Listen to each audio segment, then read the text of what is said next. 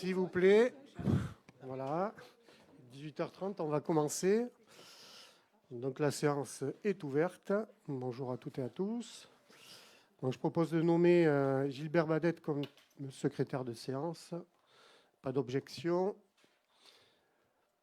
Merci. Donc on va faire un peu les actes de les pouvoirs. Donc Katia Mestoy a donné pouvoir à Guy Cassagne, Isabelle Rodriguez à Pierre Tégédor et Sophie Weber à Gilbert Badette.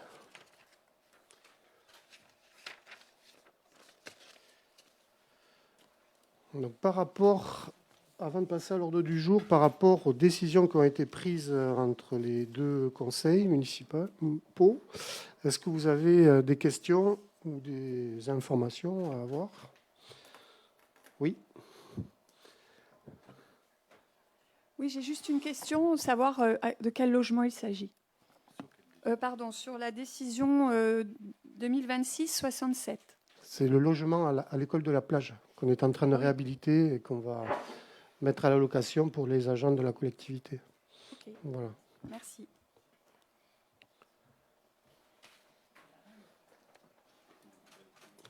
Donc on va passer à l'ordre du jour. Donc, les premiers points concernent les finances. Donc la convention de mandat pour l'établissement de l'émission de la facturation par l'Office national des forêts pour des recettes issues des ventes de bois. Et je laisse la parole à Yves Servetot.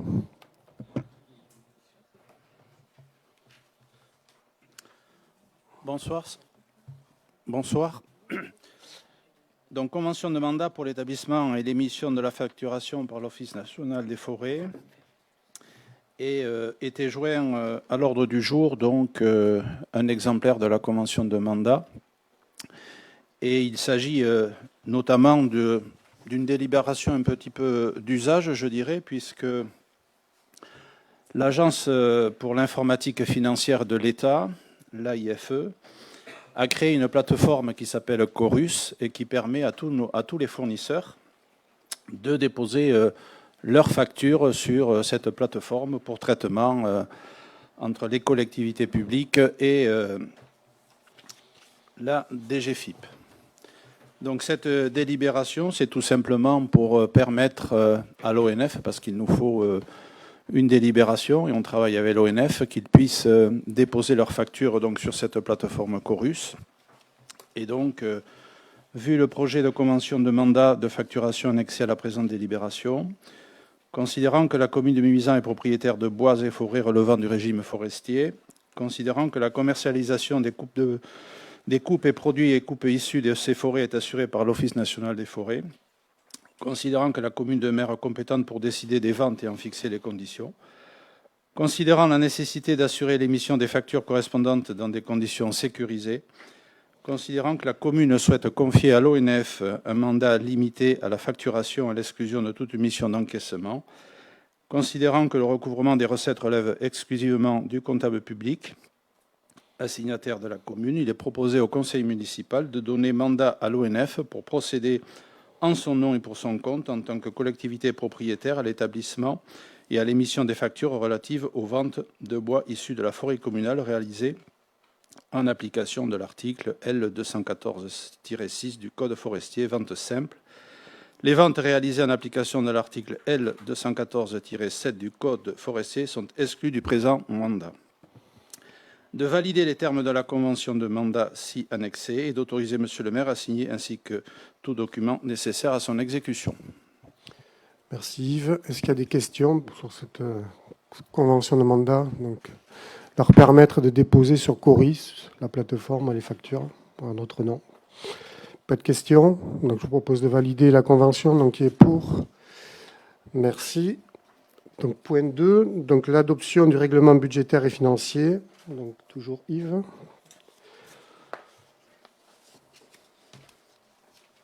Alors, le règlement budgétaire et financier, qu'est-ce que c'est? Depuis 2022, les collectivités locales ont été amenées à s'approprier la M57 et ça s'est fait progressivement. la ville de Mimizan, c'est depuis, on va dire, l'année 2024 qu'elle utilise la M57. Et pour la première fois, c'est en 2025 que nous avons adopté, il y a quelques jours, le CFU, le compte financier unique. Alors, la M57, elle a surtout instauré, et le législateur avait bien insisté dessus, de mettre en place, pour la compréhension de tous les élus, un règlement budgétaire et financier qui explique tout ce qui doit se passer au sein d'une collectivité. Alors, vous avez reçu un document qui s'intitule « Règlement budgétaire et financier ». Donc, je vais juste vous faire quelques petits commentaires. Ben, tout simplement parce qu'une collectivité a un budget qui est un acte de dépenses et de recettes. Ce sont des prévisions pour l'année civile. Ce règlement budgétaire et financier va nous expliquer dans un premier point qu'il y a un calendrier budgétaire à respecter avec ce fameux débat d'orientation budgétaire imposé aux collectivités de plus de 3 500 habitants. Ensuite, on a le vote du budget. S'ensuit tout au long de l'année l'exécution budgétaire dépenses et recettes, donc qui est confiée par l'Assemblée délibérante à l'ordonnateur, c'est-à-dire Monsieur le maire. Et puis, nous avons sur la fin de l'année, quelque part, le bilan des comptes avec le CFU. Donc souvent, on va parler de budget primitif quand on vote le budget pour l'année. Lorsque le compte administratif ou aujourd'hui le CFU n'est pas adopté avant le vote du budget, eh bien, on va faire ce que l'on appelle un budget supplémentaire que l'on doit faire avant le 30 septembre de l'année civile. Et puis après, tout au long de l'année, on peut faire des décisions modificatives. Donc, dans le premier chapitre de ce règlement budgétaire et financier, on vous explique un petit peu tout le détail du processus comptable. Ensuite, ce règlement budgétaire et financier, il va nous expliquer aussi comment se passe la préparation budgétaire. La préparation budgétaire, c'est surtout le travail de l'ensemble des services de la collectivité, que l'on soit dans des services administratifs, des services techniques, à la communication, enfin, quels que soient les services. Ces services, donc, bien entendu, vont s'occuper des services publics au quotidien. Ils vont faire des propositions, mais ils vont aussi réfléchir à des propositions nouvelles et puis à des projets ou des propositions d'investissement. Travailler ensuite dans les commissions du secteur d'activité concerné. Et ensuite, c'est à la commission des finances d'étudier, de prendre tous ces éléments pour arriver à mettre en place donc, le budget. Donc, tous les éléments sont expliqués donc, dans ce chapitre 2 en nous rappelant que les recettes ont un caractère évaluatif, c'est-à-dire qu'on peut encaisser toujours plus qu'on a prévu. Par contre, les dépenses, elles ont un caractère limitatif, elles peuvent être des fois interdites, elles peuvent être obligatoires. Et donc, ce règlement va nous expliquer un petit peu tous ces points-là. Ensuite, dans un chapitre 3, et c'est ce qui est très important, c'est ce qu'a quelque part bien imposé, je dirais, la M57, c'est la pluriannualité, c'est-à-dire ce qu'on appelle le PPI, le programme pluriannuel d'investissement. Essayer de réfléchir en fonction des opérations d'investissement que l'on a, si techniquement et financièrement, on a intérêt à les réaliser dans l'année ou à les étaler sur 1, 2 ou 3 exercices. Et à partir de là, on nous a mené sur une notion d'opération, puis une notion d'APCP, autorisation de programme et crédit de paiement. Et donc tout ça vous est expliqué donc, dans ce chapitre gestion pluriannuelle. Enfin, vous avez des points importants dans ce règlement qui nous rappellent que quand on veut faire des dépenses, on doit s'imposer la comptabilité d'engagement, aussi bien en dépenses mais aussi en recettes, et ça c'est très utile en recettes, notamment lorsqu'on comptabilise à la fin de l'année ce qu'on appelle les restes à réaliser, c'est-à-dire les soldes de subventions qui nous restent à rentrer sur la fin de l'année par rapport à des opérations d'équipement.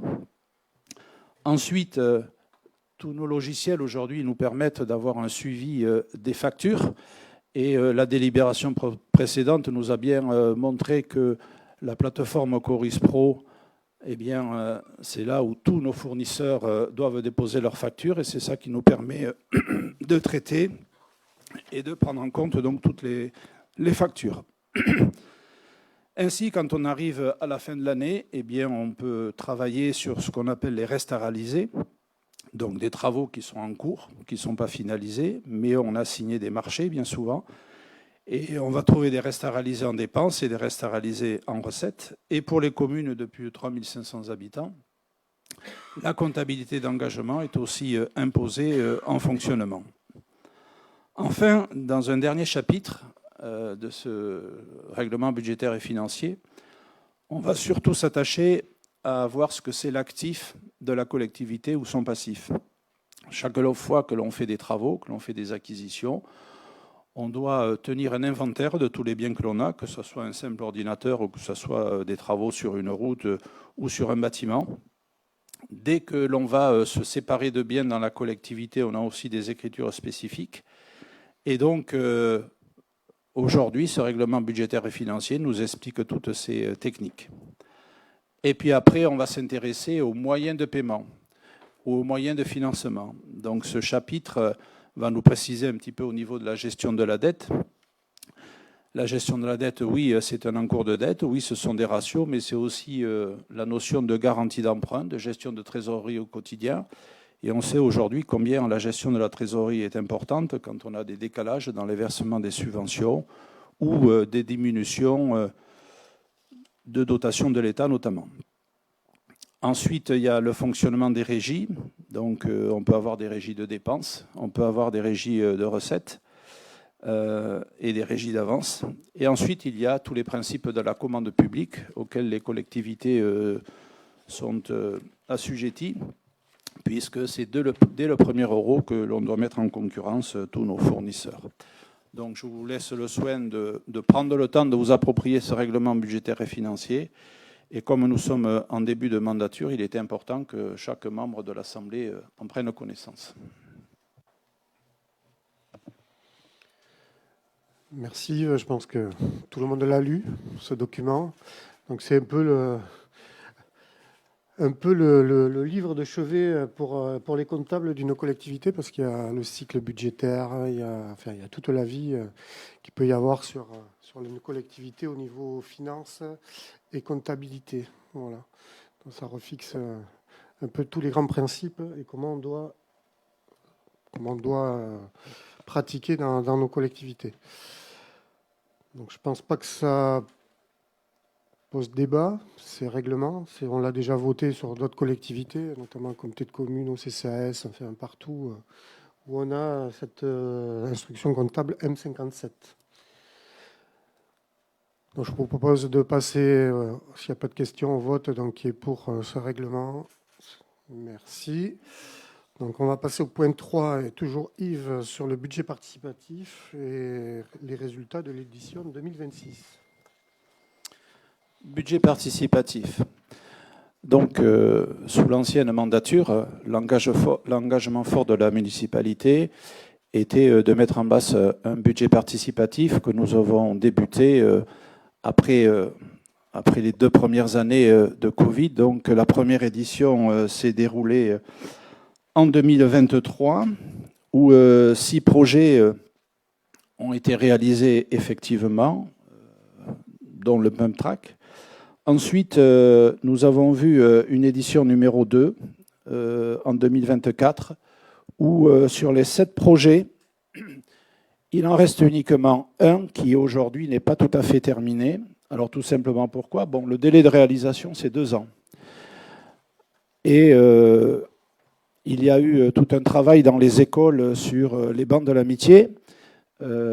Donc, les enseignants et les enfants ont travaillé pendant toute une année scolaire. Et puis après, il a fallu se mettre en relation avec un fournisseur ou un prestataire qui, aussitôt, s'est lancé dans la fabrication de ces bancs de l'amitié.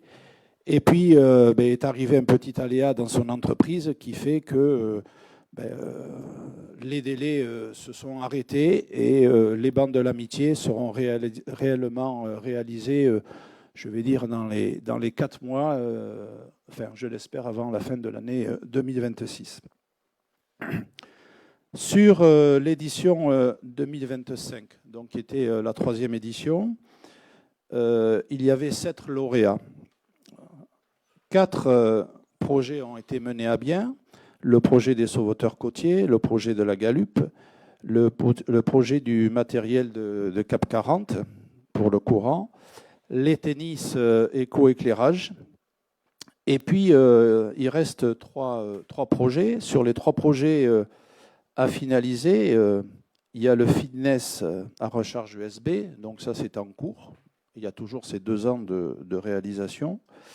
Après, il y a un 3e projet qui est la fresque. Donc la fresque, elle est en train de se réaliser sur le courant.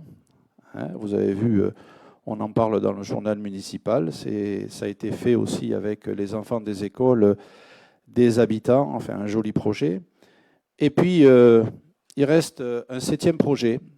Et le 7e projet a été retiré, tout simplement parce que l'association Seniors et Alors, qui devait mener ce projet, tout simplement pour des raisons techniques, organisationnelles ou financières, n'a pas réussi à boucler son dossier et nous a écrit pour dire qu'il se retirait du projet budget participatif, en demandant quand même de réorienter les fonds à leur association pour un autre projet. Alors, comme ça ne rentre pas dans le règlement du budget participatif, tout simplement, le budget n'a pas été retenu. Alors là, nous sommes maintenant sur l'édition du budget 2026. C'est en novembre 2025 que nous avions fait la communication pour lancer cette 4e édition, toujours avec une dotation de 100 000 euros. Sur le mois de janvier jusqu'au mois de mars, nous avons donc reçu l'ensemble des projets et il y a eu énormément de projets. Nous nous étions retrouvés au mois d'avril dans un conseil municipal pour valider aussi la période de vote qui s'est tenue du 15 mai au 15 juin. Et donc, c'est 9 projets qui ont été présentés au vote. Donc, à l'issue de la phase de vote, le comité de pilotage s'est réuni. Donc, je vous rappelle que le comité de pilotage, c'est 23 membres, 7 élus, plus 5 représentants du CMJ et 11 référents de quartier. Et donc, nous avons examiné l'ensemble des résultats qui s'affichent au tableau. Donc, c'est un peu plus de 2913 votes, soit 971 votants, puisque vous savez que l'on doit voter au minimum pour 3 projets. Et donc, pour les 9 projets en lice, le premier projet qui est arrivé en tête, c'est la végétalisation de l'école du Bourg pour un montant de 9 570 euros. Est arrivé en seconde position avec le bonus Agenda 21, l'achat des 2 triporteurs à assistance électrique pour 21 087 euros. Ensuite, la tyrolienne à l'abordage est arrivée en 3e position pour un montant de 50 000 euros. Ensuite, vous avez 2 projets qui n'ont pas été retenus parce que les montants ne permettent pas, je vais dire, de les doter, puisque nous sommes sur une enveloppe de 100 000 euros. Et donc, le projet suivant qui a été retenu, c'est les Jeux géants, pour un montant de 1 489 euros. Ensuite, le projet de Surfskate Wavebank n'a pas été retenu parce que le montant est trop important. Et par contre, cela a permis de voir le projet de fleurissement des 2 lavoirs pour un montant de 1 134 euros, ainsi que les 3 colonnes mosaïques pour un montant de 13 200 euros. Ce qui fait qu'au final, sur une enveloppe donc, de 100 000 euros, c'est un montant de 96 480 euros donc, qui permet de couvrir l'ensemble de ces projets. Donc, ces projets, il y a 2 ans pour les réaliser. Le comité de pilotage propose qu'on acte le principe de faire démarrer le début de la période des 2 ans à partir du mois de septembre, donc de septembre 2026 à septembre 2028. Voilà. Donc là, vous avez les résultats. Ensuite, le comité de pilotage a échangé.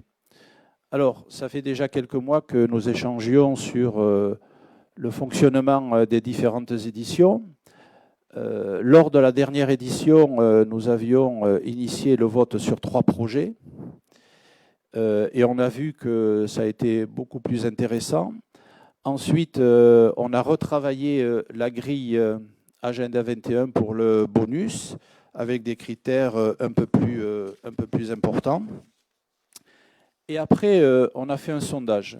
On a laissé la parole libre à nos services municipaux parce que nos services municipaux, ils sont très impliqués à la fois dans la période avant le budget participatif pour la communication. Ils sont très impliqués auprès des élus dans la période d'analyse et de dépôt des projets.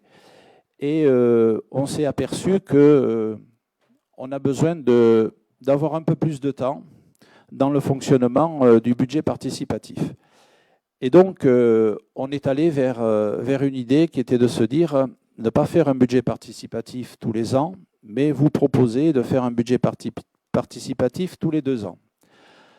Alors, en faisant comme ça, ça voudrait dire que la prochaine édition donc, du budget participatif, la 5e, ne démarrerait que en 2028. Alors, pour démarrer en 2028, on a devant nous un peu de temps. Alors, nous avons un comité de pilotage qui a une durée de 2 ans et on s'est dit qu'on pouvait profiter de la période du mois de septembre 2026 jusqu'au mois de mars 2027 pour travailler en comité de pilotage et revisiter le règlement du budget participatif. Il y a peut-être des ajustements à faire. Il y a peut-être les questions très techniques au niveau du règlement.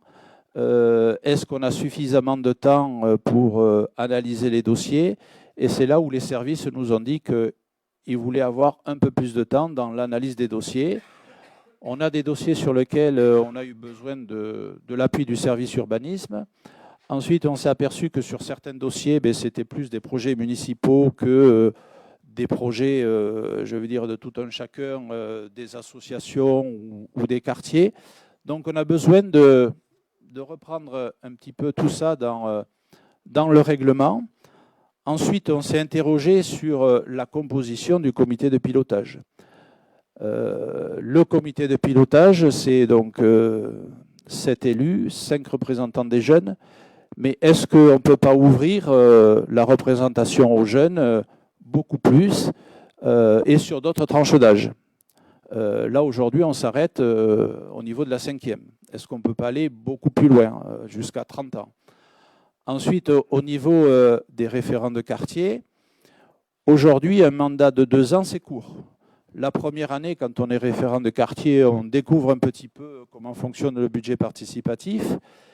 Et puis, c'est vraiment la 2e année où on voit comment avancent les projets. Et puis, au terme de la 2e année, on ne peut plus être dans ce comité de pilotage. Et donc, on s'est dit que l'actuel comité de pilotage, s'il restait en place jusqu'au mois de mars, il pourrait se poser toutes ces questions et se dire, voyons, comment le comité de pilotage peut être renouvelé? Est-ce qu'il y a des membres de l'actuel comité de pilotage qui veulent rester? Est-ce qu'il y en a qui veulent partir? Auquel cas, il resterait 2, 3, 4 places. Après, il va se poser la question comment on va choisir ces nouveaux membres du comité de pilotage, tirage au sort ou une méthode bien particulière.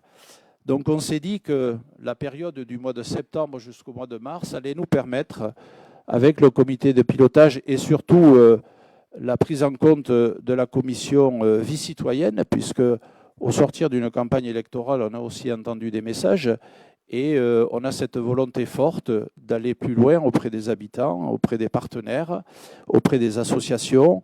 Et le budget participatif, même si il est bien implanté ici à Mimizan, on peut peut-être voir aussi des pistes nouvelles de réflexion.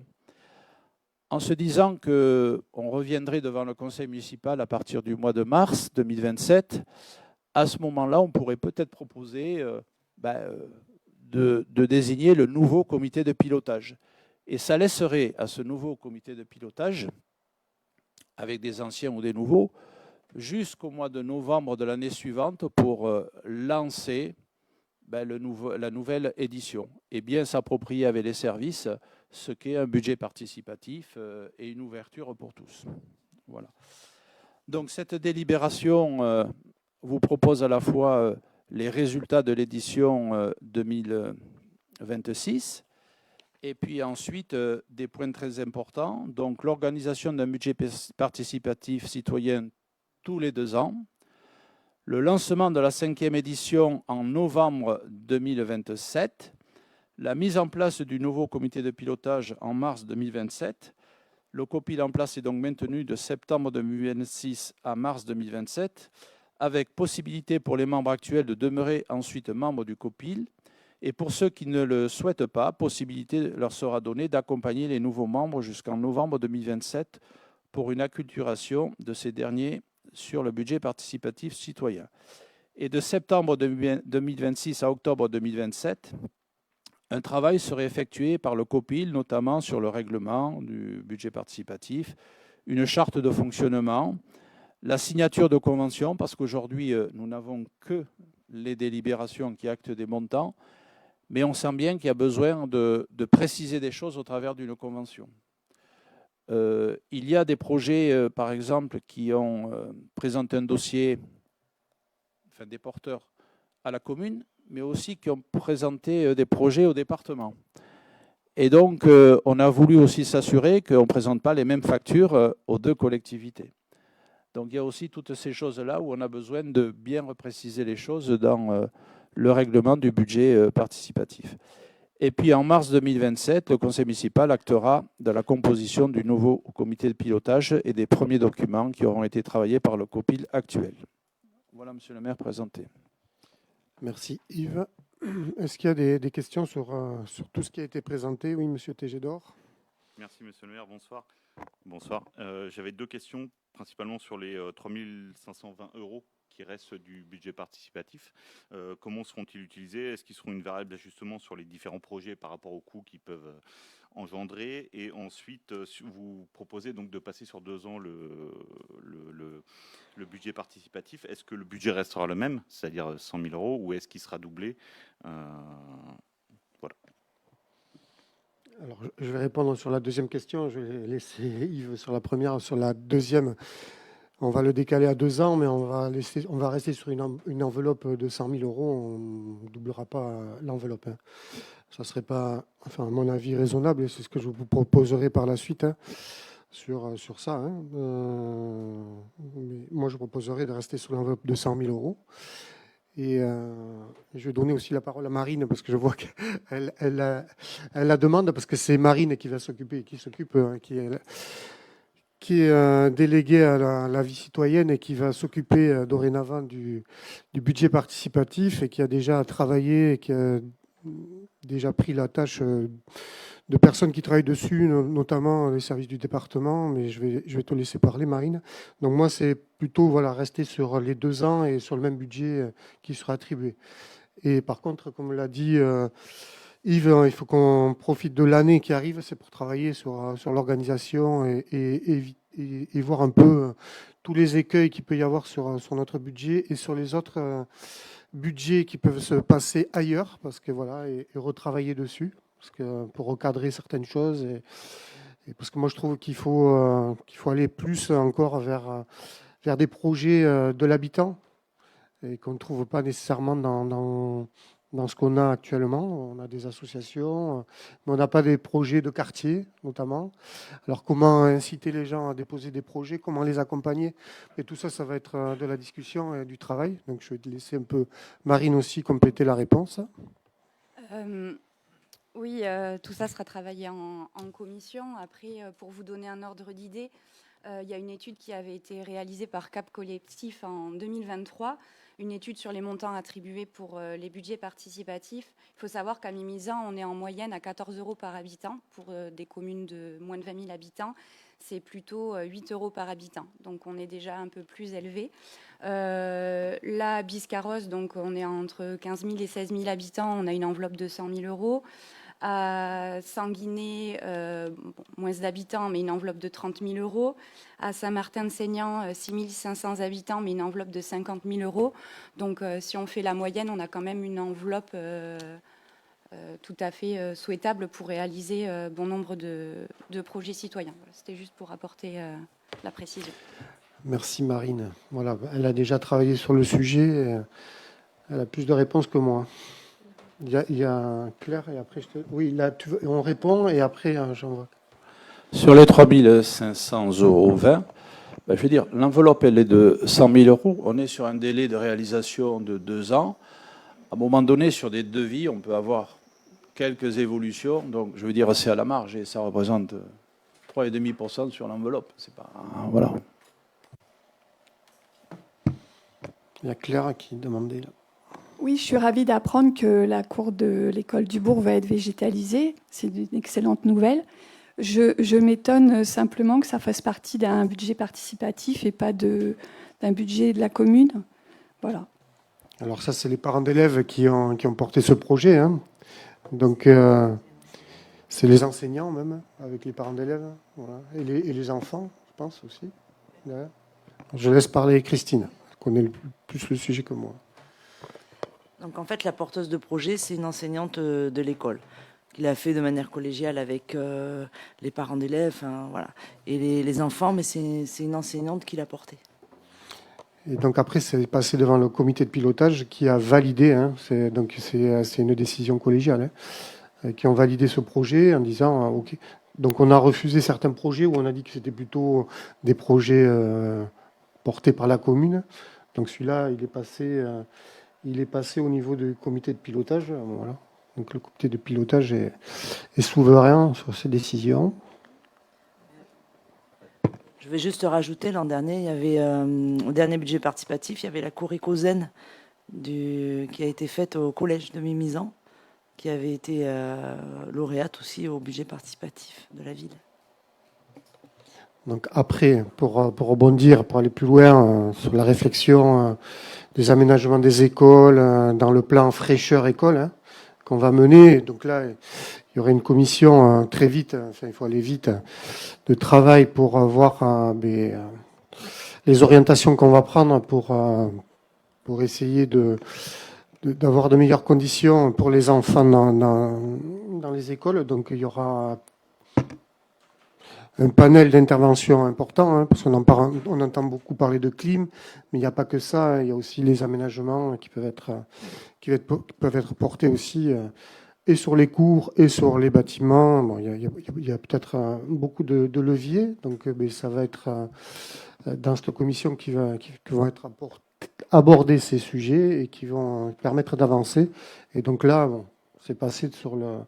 C'était pas encore la prévision il n'y avait pas encore eu les épisodes de canicule, hein, quand a été déposé le dossier. Donc bon, maintenant ça fait écho à ce qu'on a vécu, mais c'était avant, quoi. Et je vais vous donner un autre exemple. Est-ce que chacun sait s'approprier des biocomposteurs ?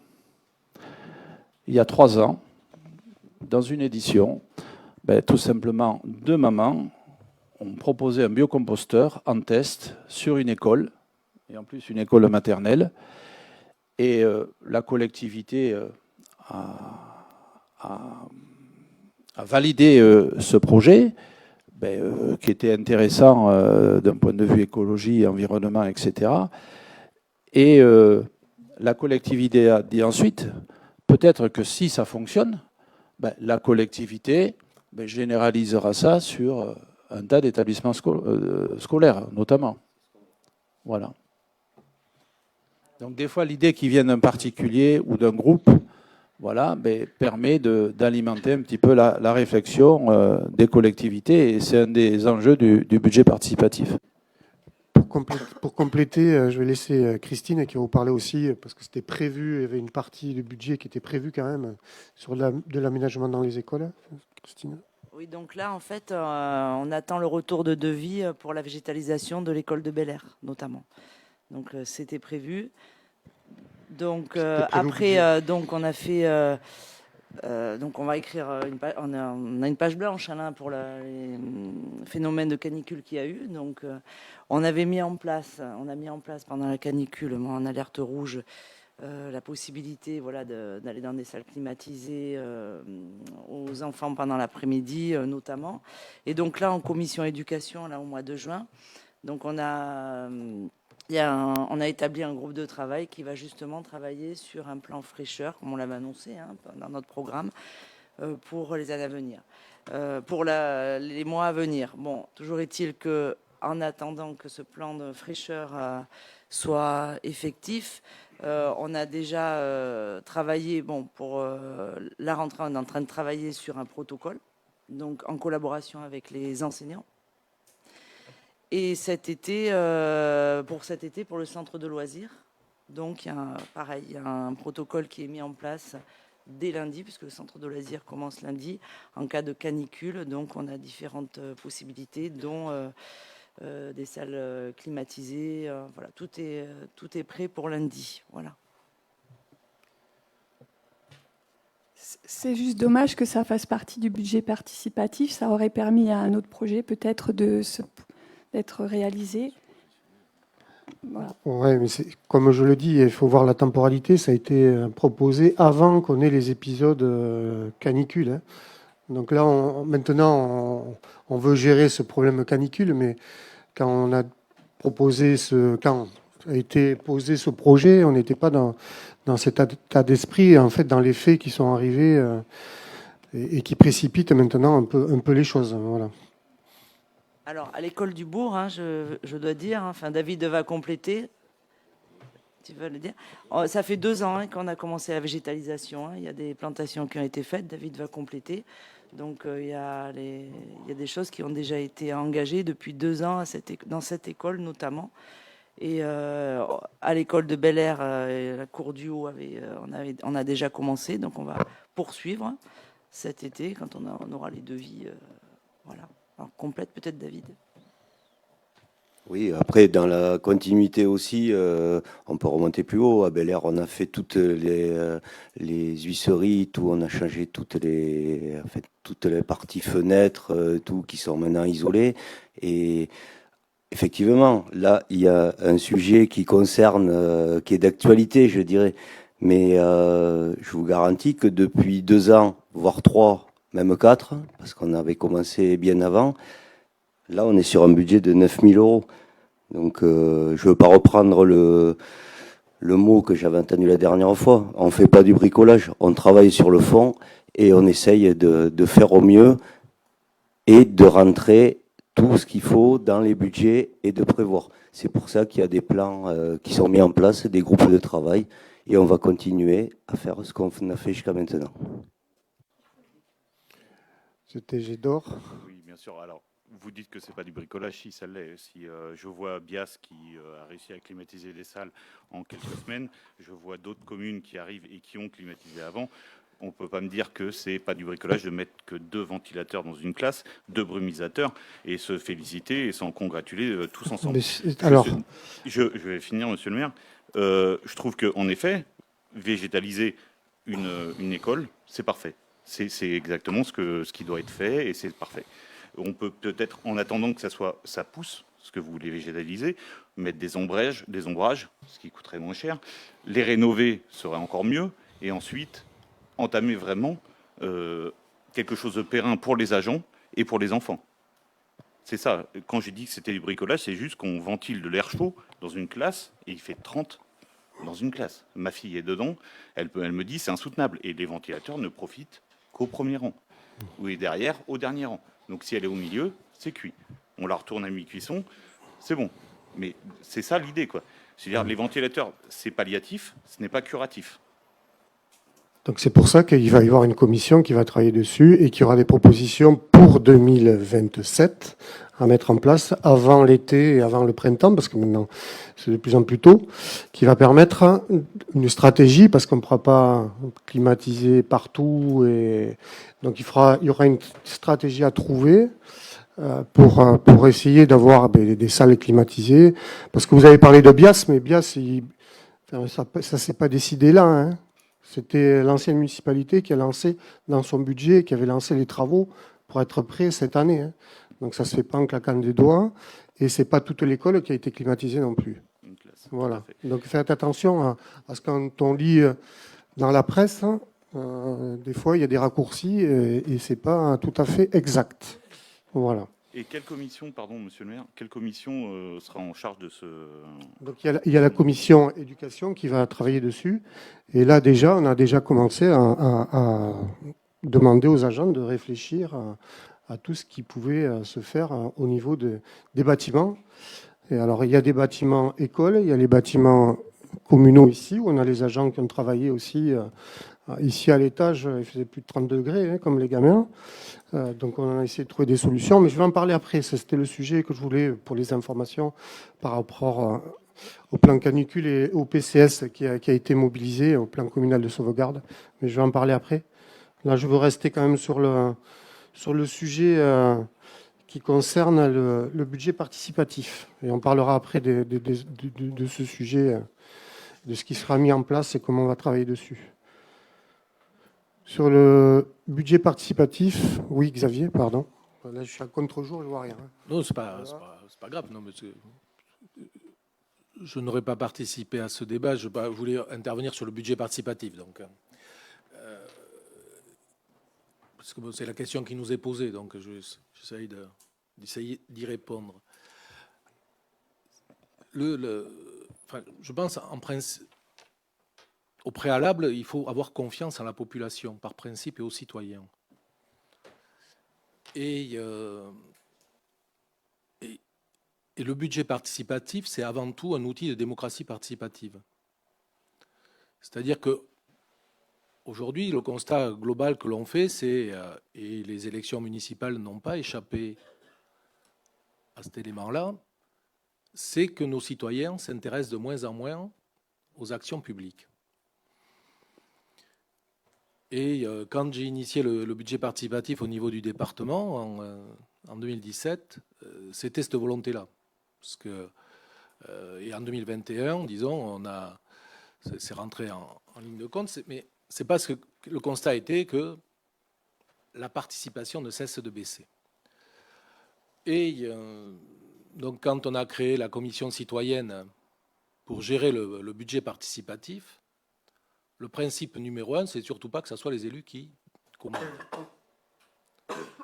Et le principe, c'est au contraire d'avoir un maximum de citoyens qui définissent les règles de fonctionnement, parce que comme ça s'adresse à eux, ben, qui sont les mieux placés pour pouvoir les définir.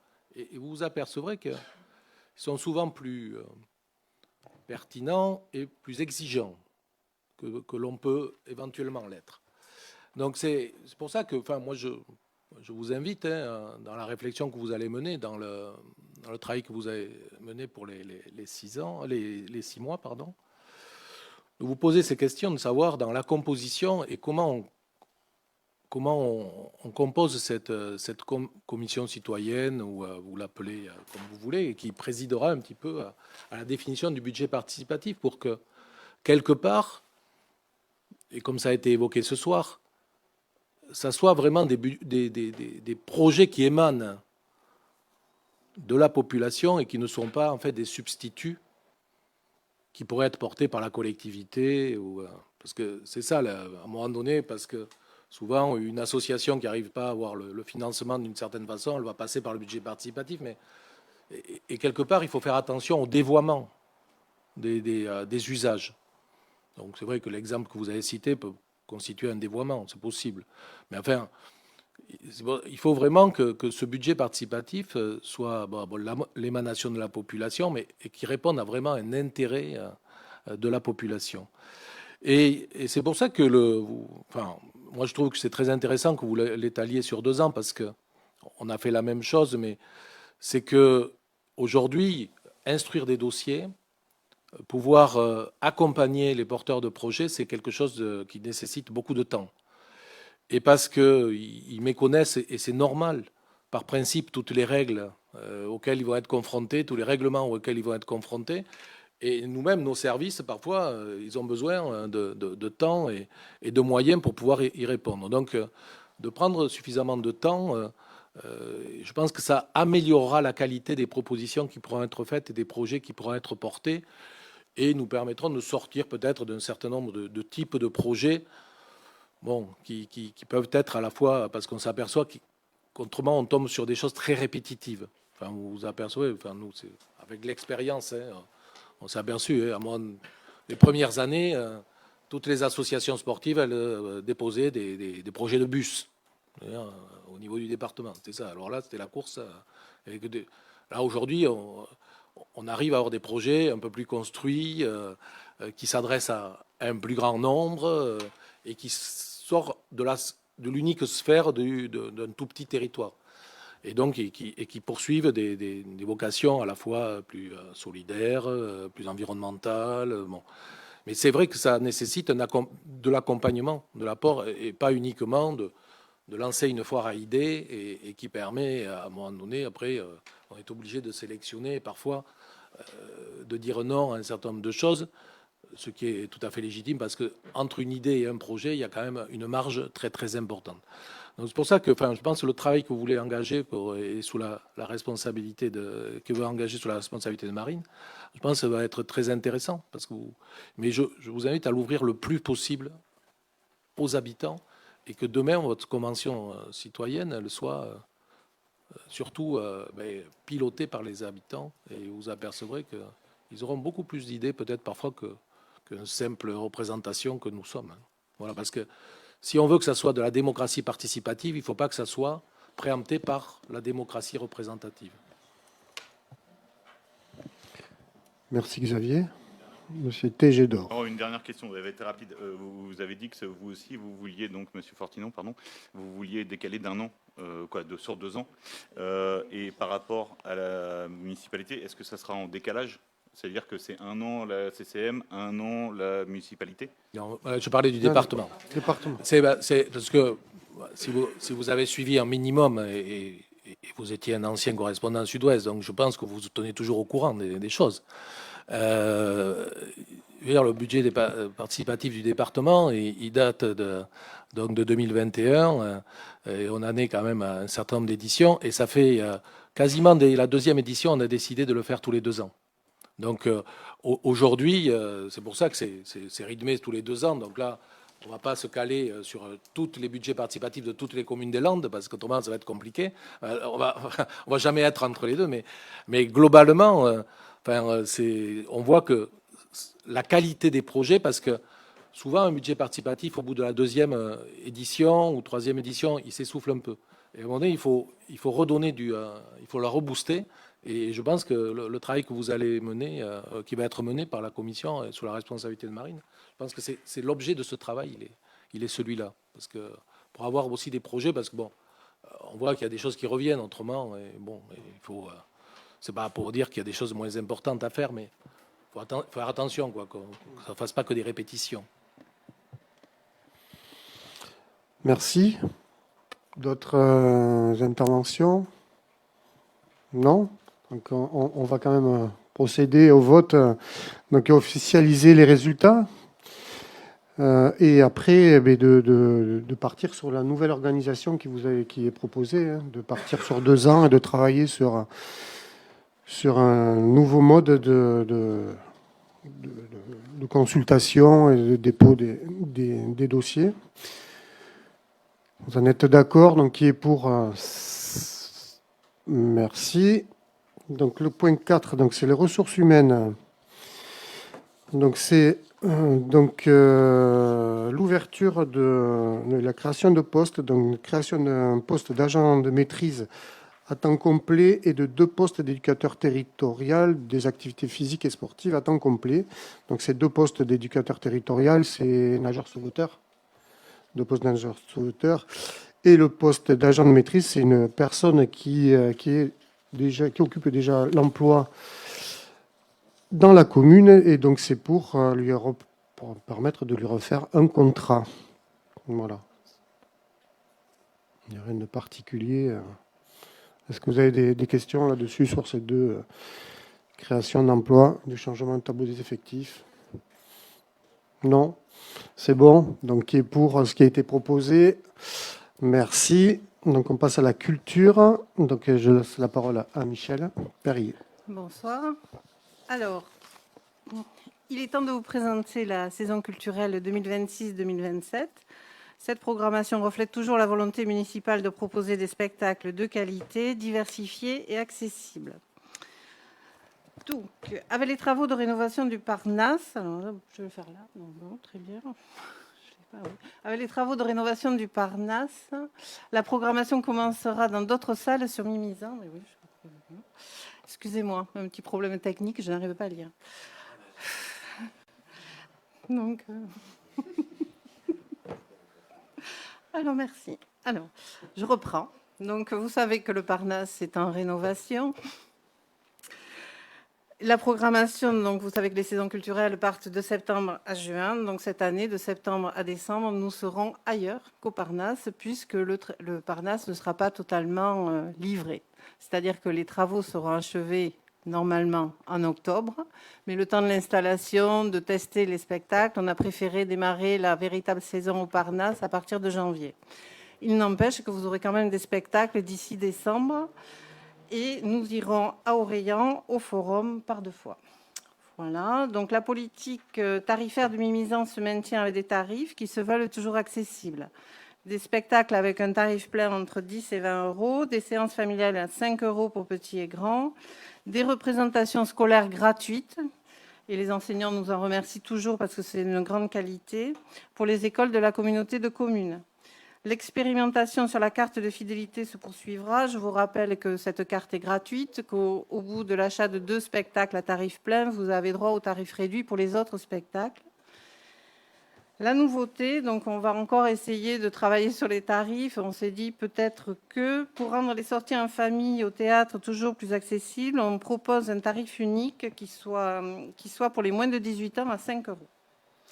Donc vous avez le tableau des tarifs, avec le tarif G donc, qui est gratuit, pour notamment l'ouverture de la saison, les sorties de résidence, puisqu'il y aura encore des résidences cette année, et une politique d'invitation, toujours à destination des compagnies, de la presse, des médias, des institutionnels, peut-être organiser aussi des lots cadeaux. Voilà, on réfléchit à d'autres façons aussi de proposer les spectacles à tarifs intéressants. Et je vous rappelle que le tarif préférentiel s'applique aux comités d'entreprise ainsi qu'aux groupes de plus de 10 personnes, ce que nous avons souvent pour l'Océan Brasse, par exemple. Le tarif réduit s'applique sur présentation du justificatif pour les moins de 25 ans, pour les étudiants, pour les demandeurs d'emploi, pour les bénéficiaires des minima sociaux, pour les personnes en situation de handicap et pour les fidèles, donc qui auront pris la carte de fidélité et qui se seront acquittés de 2 spectacles. Donc, vous avez vu la liste des spectacles. Alors, je ne vais pas vous les lire comme ça, juste pour faire un focus. Donc, en septembre, vous aurez l'ouverture de saison avec un groupe plutôt festif, parce que notre objectif, c'est quand même de rendre la culture festive et joyeuse. Hein. Pas oublier qu'on est là pour vivre des bons moments. Donc, en septembre, nous serons donc à la Chapelle à la Mer, comme chaque année. Les 2 spectacles, donc, il y aura Contre Tango qui se passera à Orléans, puisqu'on n'avait pas été encore à Orléans dans notre saison hors les murs, et l'île au trésor qui est un théâtre d'objets.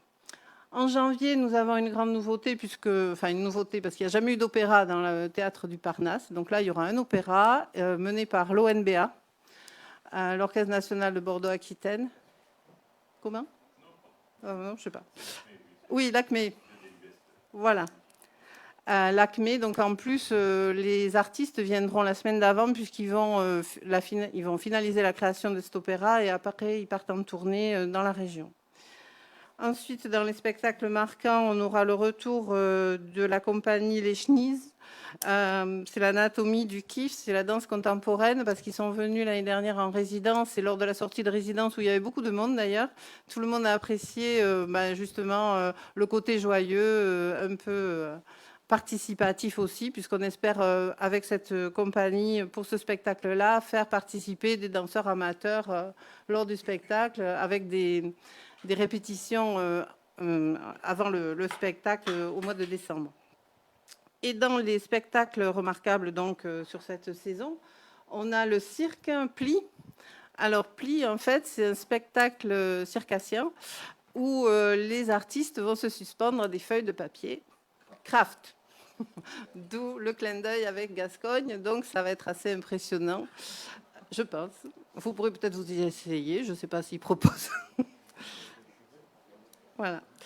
Et ensuite, dans les spectacles, on a Né le 8 mars 1977, donc c'est un spectacle de théâtre fait par Céline Ripoll, dans la famille Herbite à Mimizan, et qui est une artiste professionnelle, et qui parle, donc, elle est née le 8 mars 77, et c'est un peu la vie, sa vie, de comment on passe de l'enfance à sa vie de femme, avec évidemment des choses peut-être pas toujours, enfin des choses douloureuses, ou pas, on verra. Et... mais bon, il y a voilà. Des choses plus gaies. Voilà, mais c'est au mois de mars, donc c'est autour de la journée des droits de la femme. Hein. Et puis, il n'y a pas que des choses gaies dans la vie, il y a aussi, il faut se rendre compte de certaines choses, donc c'est important. La culture permet ça aussi, de connaître et de savoir ce qui se passe autour de nous. Comment ? Vous avez dit qu'il fallait que ce soit joyeux. Oui, ben justement, les femmes, elles sont joyeuses, non ? Où est le problème ? Et donc, du joyeux, pour ceux qui aiment le joyeux, c'est Please Stand Up. Donc, c'est un groupe de 6 ou 4 stand-uppers, on dit. Donc, toujours des femmes à l'honneur qui vont vous faire rire puisqu'elles feront du stand-up. Voilà. Du stand-up. Du stand-up. OK. Ça va pas ? Alors, je vous rappelle que la programmation est faite... Qu'est-ce qu'il y a ? La programmation est réalisée par les services du Parnasse, puisque nous sommes dans plusieurs réseaux de la région, que ce soit le réseau OARA, le réseau 555, où on participe aussi à aussi mettre en valeur les artistes régionaux, puisque c'est une de nos missions. Et voilà, donc je crois que je vous ai fait le tour. Et puis la dernière représentation, c'est Emma Fleur, c'est une artiste qui monte. Donc voilà, elle sera peut-être très très connue au mois de juin 2027. Voilà. Il est précisé que la collectivité... Donc voilà, est-ce que vous avez des questions, excusez-moi, sur les spectacles ? Parce que j'ai ma liste, sinon j'ai plus de renseignements. Non ? On en a parlé hier lors de la commission. Bon. Voilà. Il est précisé que la collectivité se laisse la possibilité d'adopter la programmation en ajoutant d'éventuelles dates, parce qu'on n'est pas à l'abri d'avoir des opportunités pas loin d'ici et de pouvoir partir, ou de pouvoir faire venir des artistes... Voilà. Dans ce cas, le tarif C est proposé pour les représentations au Parnasse et le tarif D pour celles hors les murs. Comme ça nous permet de ne pas repasser à chaque fois au conseil municipal. Et des sorties pourraient s'organiser avec des partenaires culturels, l'Opéra national de Bordeaux, le Théâtre Olympia Arcachon, le Théâtre de Gascogne et Arte Flamenco. Donc je vous rappelle que samedi, nous allons à un spectacle d'Arte Flamenco. Cette année, il n'y avait pas de sortie au Théâtre de Bordeaux, à l'Opéra de Bordeaux, parce que le ballet qui était proposé avait déjà été a été proposé ici il y a 2 ans. Voilà, et donc les tarifs seront proposés par le partenaire culturel lorsque l'on sort.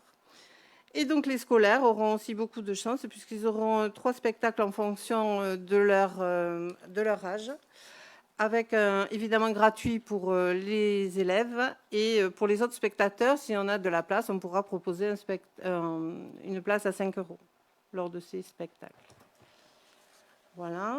Au vu de ces éléments, il est proposé au conseil municipal d'approuver la programmation et les tarifs de la saison culturelle 2026-2027 tels que présentés ci-dessus. Merci Michel. David, tu veux intervenir ? Oui, je vais juste rajouter, parce que Michel a été une fois de plus très complète, mais que par rapport au Parnasse, pour l'instant, comme prévu, le cinéma rouvre à partir du 15 juillet. Sous réserve des 2 commissions sécurité que nous allons avoir, mais il ne devrait pas y avoir de raison. Voilà, c'est juste pour préciser qu'il n'y a pas Les spectacles, c'est jusqu'à la fin de l'année, mais le cinéma réouvre. Merci David. Est-ce qu'il y a des questions sur la programmation et les tarifs? Donc les tarifs, ça reste toujours des tarifs très, très abordables.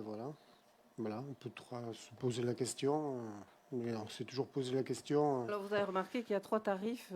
Cette année, ils étaient à 15 euros. Cette année, la saison dernière, tous les tarifs étaient à 15 euros. Cette saison, il y a 3 spectacles qui seront à 20 euros. Ouais. Une petite question, pourquoi les arènes ne sont pas utilisées aussi? S'il y a un spectacle un peu plus grand, un peu plus... Voilà, c'est juste une question simple. Parce que... Donc effectivement, les arènes, on se pose la question, parce que ça serait intéressant de pouvoir les occuper aussi, hormis les courses hollandaises. Mais c'est vrai qu'au niveau technique, c'est très compliqué. Et justement, on y avait pensé pour le spectacle du comité des fêtes, là. Et en définitive, Fred Viano, qui est quand même notre régisseur, nous a dit que c'était... parce qu'il faudrait louer du matériel. Et ça coûterait excessivement cher pour un rendu qui ne serait pas forcément...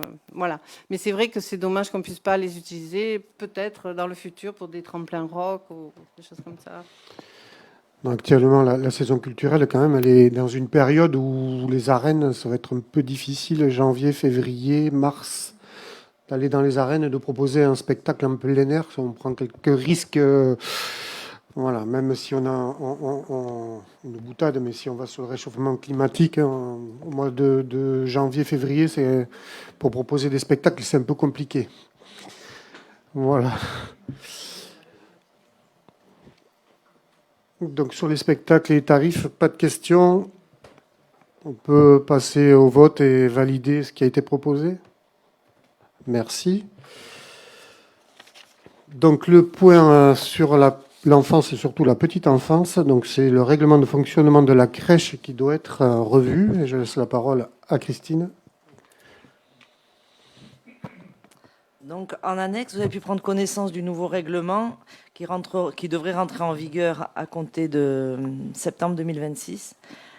Et vous aviez aussi un comparatif entre l'ancien et ce nouveau règlement. Pour rappel, la crèche municipale a ouvert en septembre 2004. Et elle a une capacité de 20 berceaux. Donc actuellement, il y a 42 enfants. Enfin, en 2025, il y avait 42 enfants qui fréquentaient la structure. Au regard des évolutions... oui, je voulais dire que le tarif horaire est calculé d'après le barème de la crèche. Donc il tient compte des ressources des parents et du nombre d'enfants. Donc vous avez la fiche qui était annexée, la fiche des tarifs. Au regard des évolutions réglementaires et des nouvelles dispositions de la CAF, il convient d'actualiser son règlement de fonctionnement qui fixe les règles d'accès aux services pour les familles et les informe de son organisation et de son fonctionnement au quotidien. L'objectif étant d'améliorer le service aux familles au plus près de leurs besoins et répondre aux exigences réglementaires de la CAF. Donc, les principales modifications concernent le cadre réglementaire et le statut, un cadre juridique renforcé. Le règlement renvoie désormais explicitement au Code de la santé publique, au référentiel national, qualité de l'accueil d'avril 2025, à la charte de la laïcité de la CNAF, la Caisse nationale d'assurance d'allocation familiale, pardon, et aux circulaires PSU, qui sont c'est la grille tarifaire nationale. Donc, différents changements, vous avez dû le voir en lisant le document. Il y a facturation au réel, on passe d'une mensualisation à une facturation au réel pour des heures réservées, pour être au plus près des heures réservées par les familles. Un tarif réduit en cas de handicap, un délai de carence en cas de maladie, donc qui est ramené à un jour, sachant qu'on n'appliquait pas les 3 jours comme c'était prévu dans l'ancien règlement. Il y a un préavis pour modification de planning qui est réduit à 15 jours au lieu d'un mois. Et après, ce qu'il y a, c'est une modification surtout de la sémantique, en fait, qui était utilisée dans le règlement. Donc, par exemple, le nom de la crèche. Donc, c'était une structure multi-accueil, les Moussaillons. Donc, maintenant, ce sera Petite Crèche, les Moussaillons. Voilà, il y a différentes choses. Donc, il y avait par exemple les enfants qui doivent venir avant 9h30. Donc, on doit écrire. Donc, la CAF nous demande d'écrire. Les familles sont invitées à déposer les enfants avant 9h30. Voilà. Au vu de ces éléments, il est proposé au conseil municipal d'approuver le règlement de la crèche tel qu'annexé et d'autoriser monsieur le maire à prendre toute décision relative à ce dossier. Et voilà. Merci. Est-ce qu'il y a des questions sur le règlement qui a été revu par la CAF, notamment il y a beaucoup de choses qui sont faites avec eux. Donc, pas de questions. Donc, je propose de passer au vote et valider la modification du règlement. Merci. Alors, en début de séance, j'ai oublié de vous faire adopter le compte rendu du 4 juin. Donc, on peut le faire à la fin. Hein. Est-ce que vous avez des questions ou des éléments à modifier par rapport à ce compte rendu? Non. Donc, je vous propose de l'adopter alors, qui est pour adopter ce compte rendu. Merci. Et avant de vous quitter, si l'ordre du jour est terminé, c'est quand même 3 informations. Donc, on en a un peu parlé, c'est l'activation du plan communal de sauvegarde dimanche dernier, donc sous la demande du préfet, qui a demandé à tous les maires d'activer leur plan de communaux de sauvegarde. Donc, ce qui a été fait donc, sur les personnes fragiles, donc on va parler des personnes plutôt âgées où donc le CCAS et le CIAS ont été mobilisés. Donc, il y a eu l'appel des personnes vulnérables. Donc, on a une liste et ils ont été appelés. Et donc, je remercie d'ailleurs, il y a des élus ici présents qui participent à cet appel, en plus des bénévoles que je remercie aussi pour leur disponibilité et leur appel régulier, parce que nous, c'est pas que quand il y a la canicule, mais on appelle régulièrement les personnes. Le CIAS, donc il y a eu des dispositions aussi qui ont été prises pour s'occuper d'avoir un peu plus les missions qui ont été réorientées des agents pour s'occuper un peu plus des personnes par rapport à l'alimentation et la déshydratation, et plus que le ménage, quoi. Voilà, je vais simplifier. Donc elles ont été un peu plus près des personnes. Sur les personnes qui avaient besoin d'un lieu rafraîchi, on avait proposé des salles. Donc il y avait l'office du tourisme, il y avait le restaurant social, et quand c'était ouvert aussi la médiathèque, donc qui pouvait être utilisée, donc et un bus qui pouvait avec le service du SCAM là, donc le service du CCAS, qui pouvait aller chercher les gens qui pouvaient se manifester et de pouvoir les amener dans des lieux rafraîchis.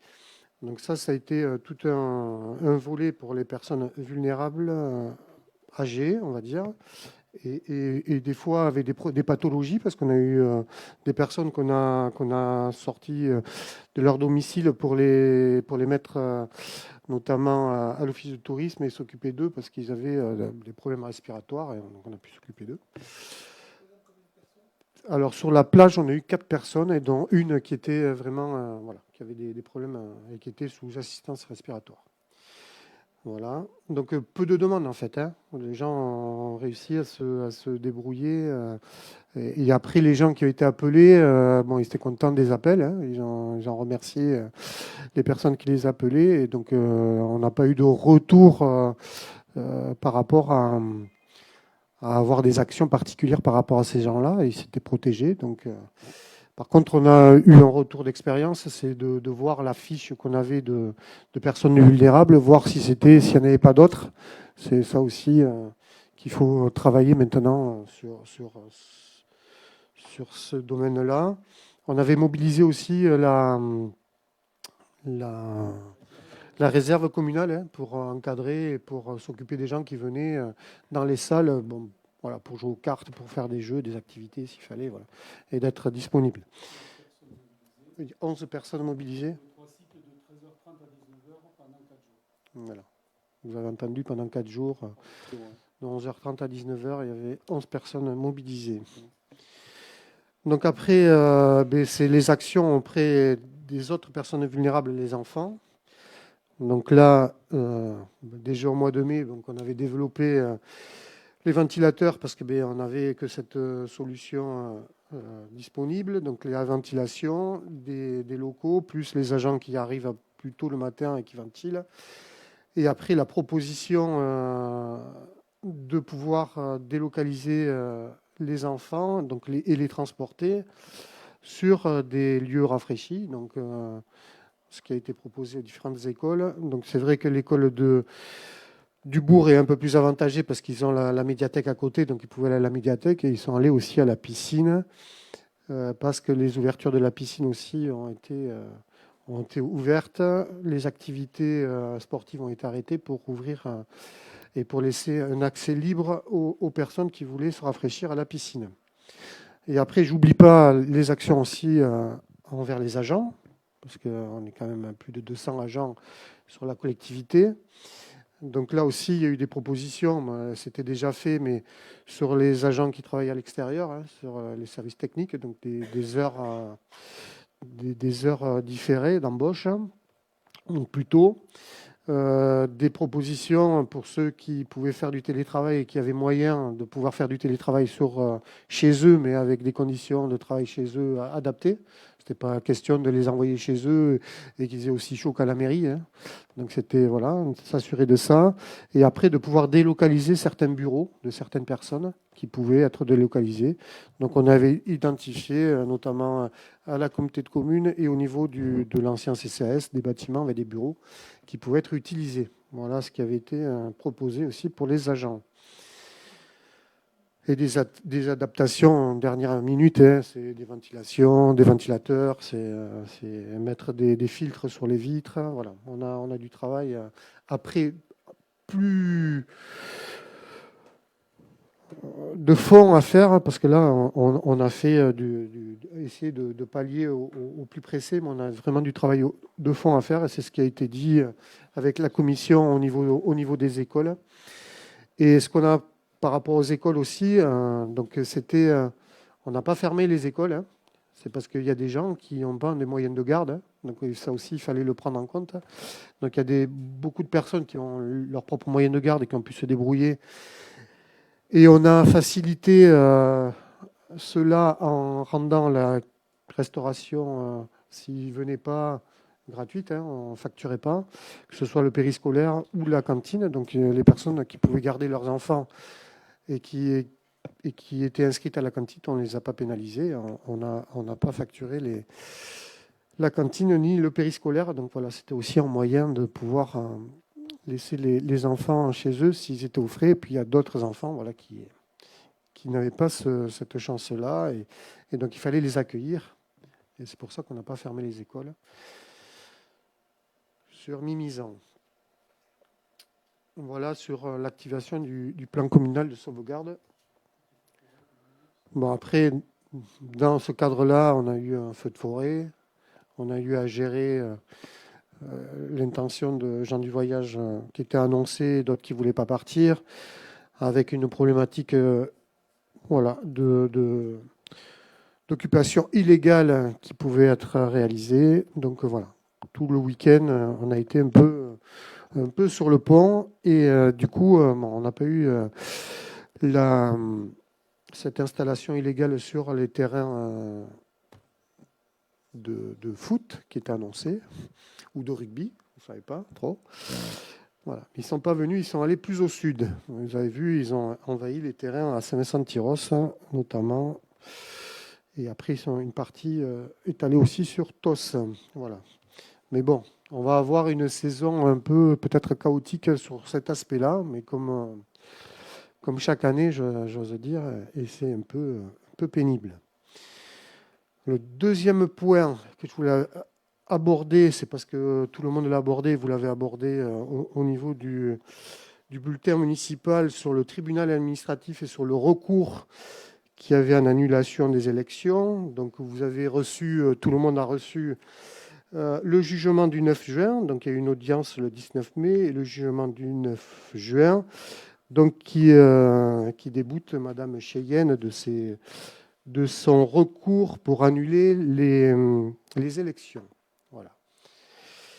Donc ça aussi, je voulais le dire.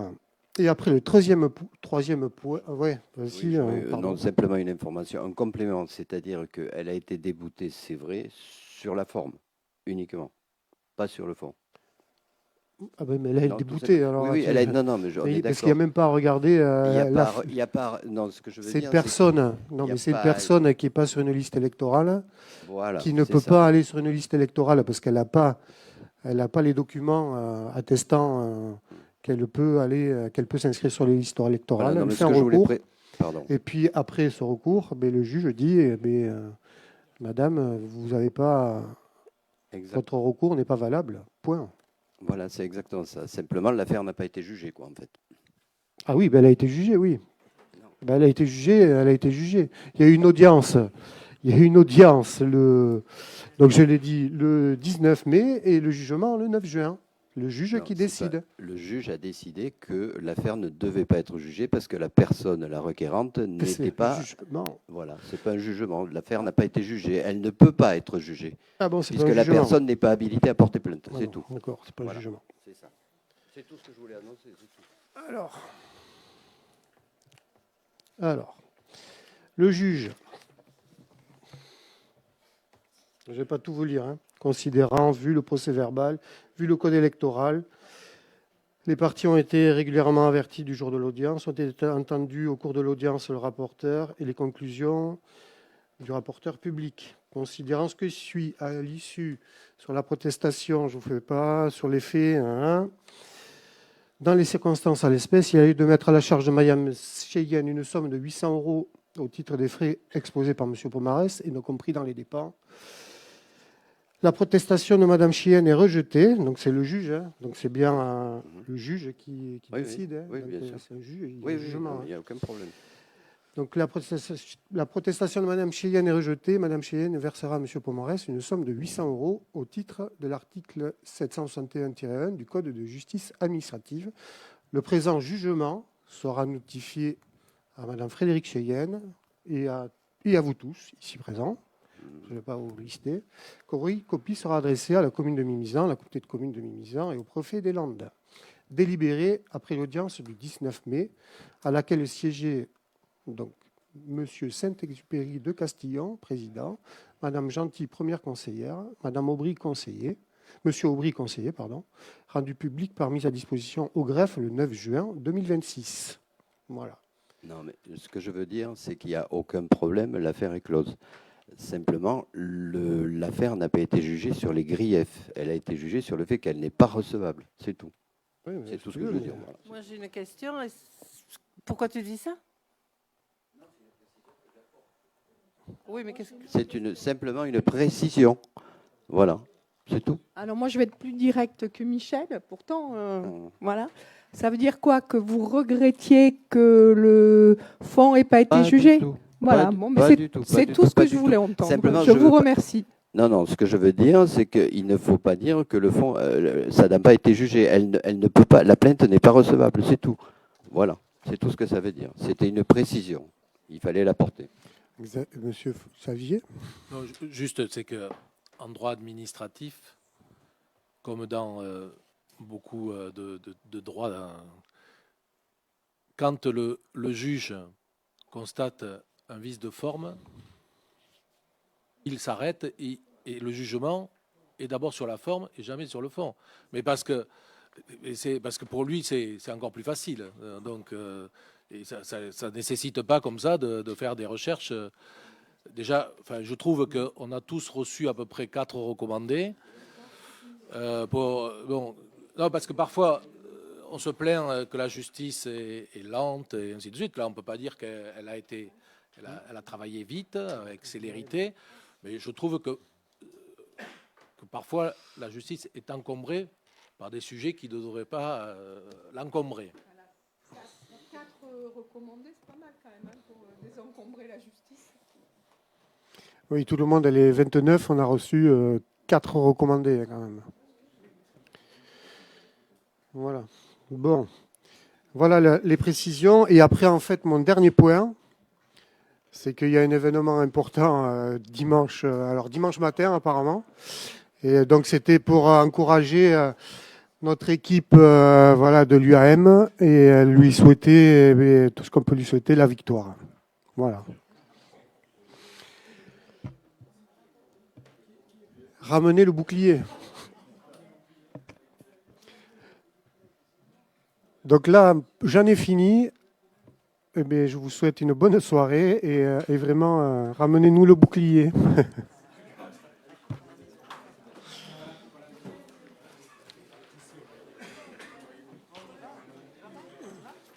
J'ai l'anniversaire à ma fille. Le 5. Ouais, ouais.